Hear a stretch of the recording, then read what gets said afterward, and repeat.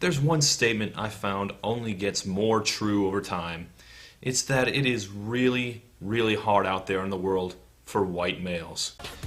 It's certainly hard out there on the pop charts, where we haven't had a big-name white male pop singer in a long time. The last real one out there was Justin Timberlake, but he quit his day job several years ago to pursue his dream of making funny videos on the internet. What an idiot. And since then, there hasn't really been a white male pop star to replace him. I mean, I guess there's Eminem if you really want to stretch the definition of pop singer, and there's Justin Bieber, of course, but he gets so very little airplay. He's more like a really well-known niche performer. And Mike Posner... Once I throw on this bow, chicka wow wow, what you gonna say? Yeah, I think we're all about done with that.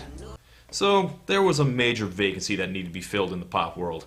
And, out of nowhere, we apparently all decided that the person to fill that void was a preening peacock by the name of Adam Levine. Adam Levine, in case you don't know, is the lead singer and guitarist of Maroon 5, a band that, well, I'll be honest, I never thought were really any good. Like, I don't understand what their appeal is. Their music is too sour and harsh to be catchy, but too polished and weak to rock, you know? Actually, no, that's not fair. I think some of their songs are okay, but there's definitely a Maroon 5 sound, and they sound best when they get as far from that as possible. I mean, they are capable of making good music, I'll admit that, but more often, they're just really bad.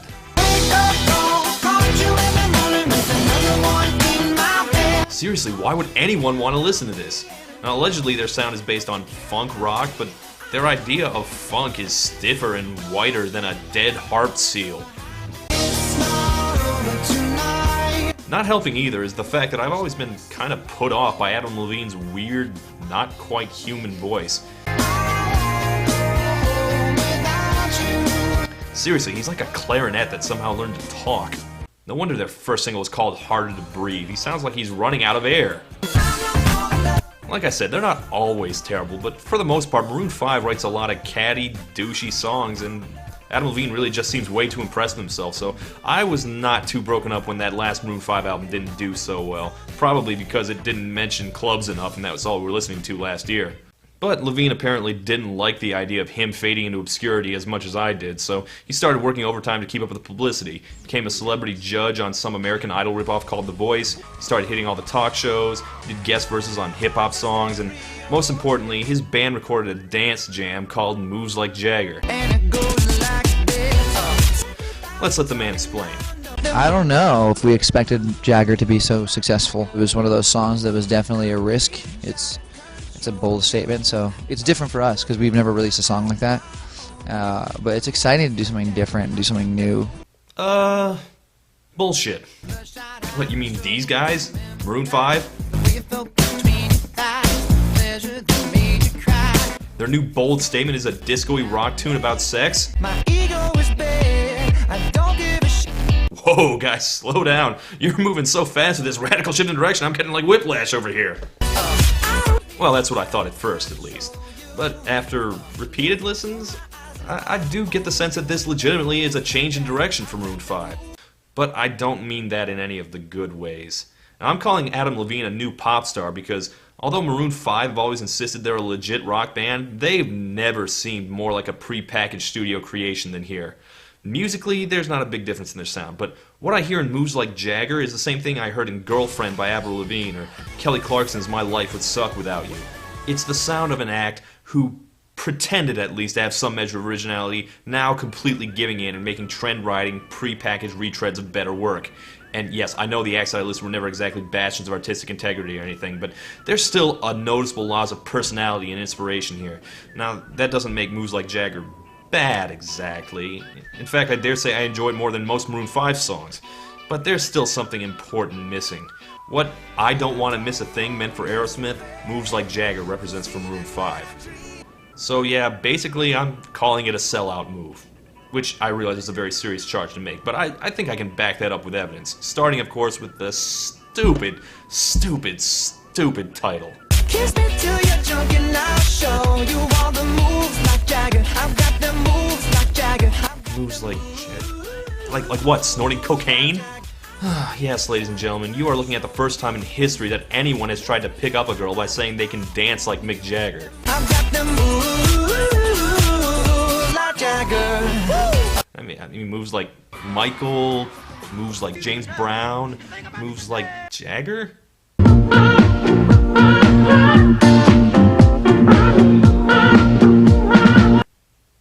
Really? Congratulations, you can do such classic, amazing dance moves as the geriatric shoulder shimmy, the duck-faced chicken flap, and of course the I'm pointing my fingers at you. I mean, the video tries to make dancing like Mick Jagger look like something cool, but all it proves is how much it looks ridiculous on anyone who is not Mick Jagger, and Jagger doesn't even pull it off a lot of the time. It's a total failure as a come-on, because no one wins girls over by dancing like Mick Jagger, and certainly not by bragging about dancing like Mick Jagger. I mean, I guess it's better than moves like Tom York, or, well, moves like Soulja Boy. But still, you know, really? It only gets more ridiculous the more you think about it. Look into my eyes and I'll own you. I own you. With my moves like Jagger. Brown sugar, how come you taste so good? Maroon 5 obviously only wrote that line because Mick Jagger is really popular nowadays. You look like Mick Jagger. Which itself is weird. Usually when a musical icon becomes hip again, it's because they have a comeback single, or a really good album, or they duet with a younger artist, or they have a movie made about them, or they die. Mick Jagger, meanwhile, got popular again because his name rhymes with swagger. These girls, they like my swagger, they calling me Mick Jagger. Swagger Jagger, Swagger Jagger. Yeah, that's all it took. I'm guessing we could probably get John Fogerty popular again if schmogerty ever becomes a trendy buzzword. Internet, get on that. So I guess moves like Jagger is innovative in that it somehow doesn't rhyme Jagger with swagger, but there's no indication that Levine was trying to do anything but cash in on a trend when he wrote this. I honestly wanted this song to do a whole lot more with the whole Rolling Stones thing, but as a wise man once said, you can't always get what you want. So instead, the rest of the lyrics are just Levine hitting on you in ways that could only be impressive to himself. And make it okay, I swear I'll behave. I won't bite. Todd. And it goes like this. Take me by the tongue and I'll know you. Take me by the tongue?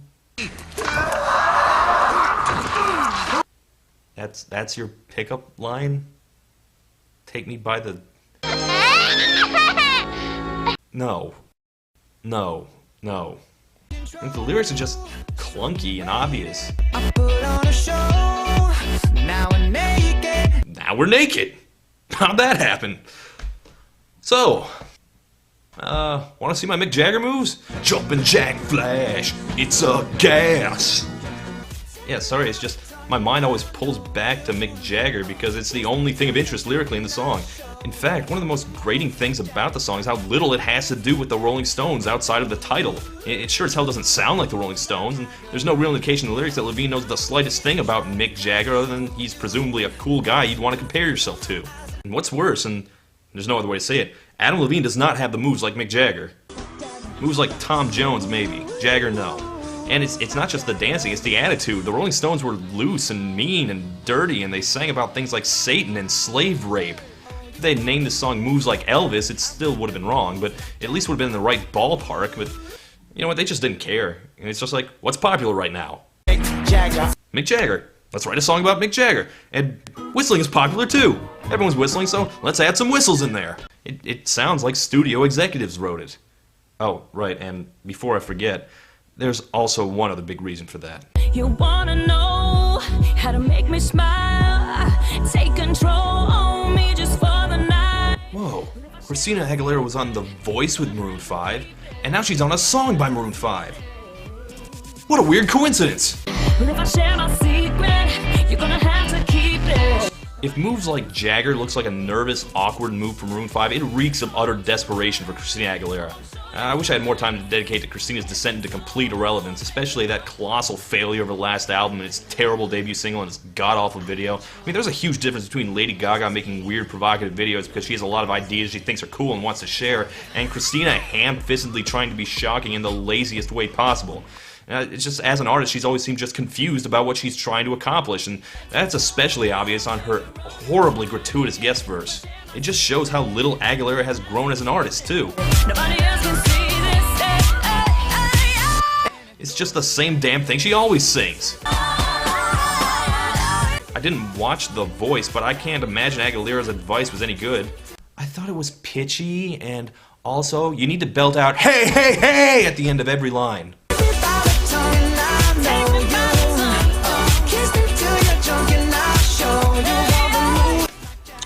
Okay, just for comparison's sake, let me play you a song from the 80s.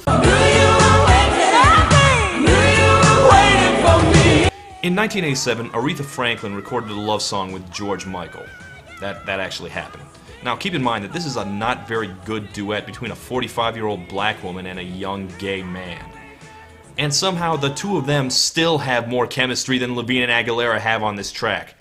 I mean, hell, it's hard to confirm even in the video that they were ever even in the same room at the same time. I mean, I think...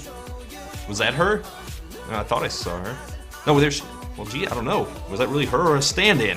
Much like the Mick Jagger references, Christina's presence here is utterly pointless. It adds nothing. They have no interplay. They don't sound like they're even in the same state, let alone about to get it on.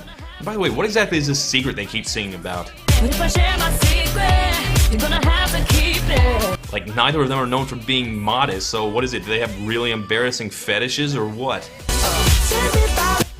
You know, I do have a soft spot for rock music with a good dance beat, which means I can't hate on this too much. I mean, hell, I probably like it more than any of the Rolling Stones' disco tracks.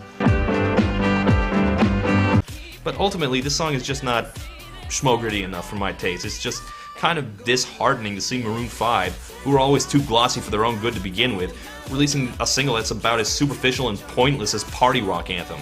It just gets annoying really quickly. I don't hear a song in this song. All I hear is this. The Voice starts April 26th on NBC. And worst of all, moves like Jagger furthers the trend of people thinking that they can have Mick Jagger's charisma just by saying they do. Dude, you're not Mick Jagger. You're never ever gonna be Mick Jagger. Seriously, Levine, get off of this cloud.